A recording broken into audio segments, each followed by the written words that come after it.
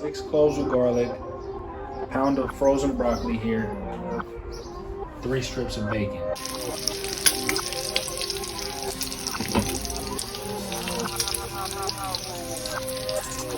I'm gonna get that grease off of that bacon.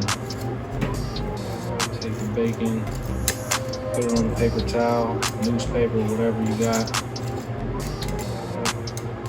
Get that grease off.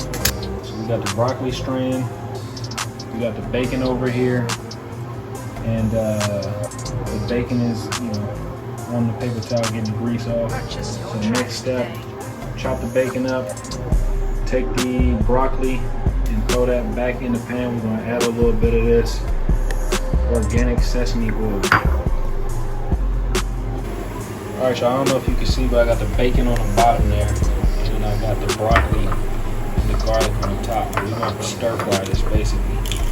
And then take a little bit of this take a little bit of this sesame oil, put that over the top, drizzle that, put the sesame oil in there, and then let's go back up here, and then we're gonna cook that on high heat.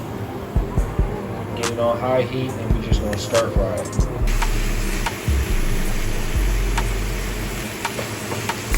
One last ingredient, y'all, what I did is I went ahead and threw some salt and pepper on there. You can put that on to taste. You don't want to overdo it with the salt, but you do want to get a little bit of, a little bit of extra seasoning. So, pretty much done. I got the broccoli brown, garlic brown, the bacon cooked up. It's nice and hot, so that's it. Let's plate it. As you can see, this is a big plate.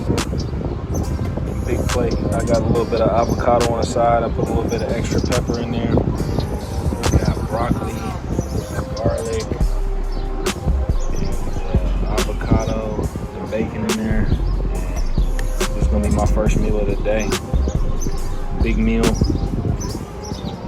very healthy.